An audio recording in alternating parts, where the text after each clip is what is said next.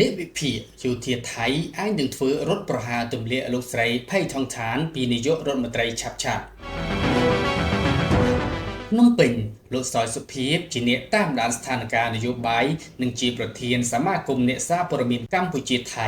បានមើលឃើញពីសភាពការថៃនាពេលបច្ចុប្បន្នថាក្រមយោធាថៃអាចនឹងធ្វើរដ្ឋប្រហារទម្លាក់លោកស្រីផៃថងឋានស៊ីនវត្រាចេញពីនាយករដ្ឋមន្ត្រីឆាប់ៗនេះហើយអ្វីដែលលោកប្រមាលមើលឃើញពីជោគវាសនារបស់លោកស្រីនាយករដ្ឋមន្ត្រីថៃចំពោះការធ្វើរដ្ឋប្រហារទម្លាក់ពីអំណាចនេះតាមរយៈព្រឹត្តិការណ៍ធំៗពីរយ៉ាងគឺនាយករដ្ឋមន្ត្រីថៃលោកស្រីផៃថងឋានកំពុងធ្វើឲ្យក្រុមហ្វាស៊ីយោធារបស់ថៃខឹងសម្បានិងដុតរោលជាខ្លាំងចំពោះលោកស្រីនាយករដ្ឋមន្ត្រីគឺមិនអាចបញ្ចុះបញ្ចូលសម្ដេចតេជោហ៊ុនសែននិងសម្ដេចធិបតីហ៊ុនម៉ាណែតបានចំពោះការស្នើឲ្យបើកព្រំដែនតាមការចង់បានរបស់ក្រុមហ្វាស៊ីយោធារបស់ខ្លួននិងករណីមួយទៀតគឺកម្ពុជាបានដាក់ពាក្យបណ្ដឹងទៅតុលាការយុត្តិធម៌អន្តរជាតិនៅទីក្រុងឡាអេប្រទេសហូឡង់ដូច្នេះហេតុផលពីរចុងក្រោយនេះនិងបញ្ហាផ្សេងទៀតពិតជាសមល្មមអាចយកលេសបានហើយសម្រាប់យោធាថៃដែលនឹងរៀបចំធ្វើរដ្ឋប្រហារទម្លាក់នាយករដ្ឋមន្ត្រីថៃតែម្ដង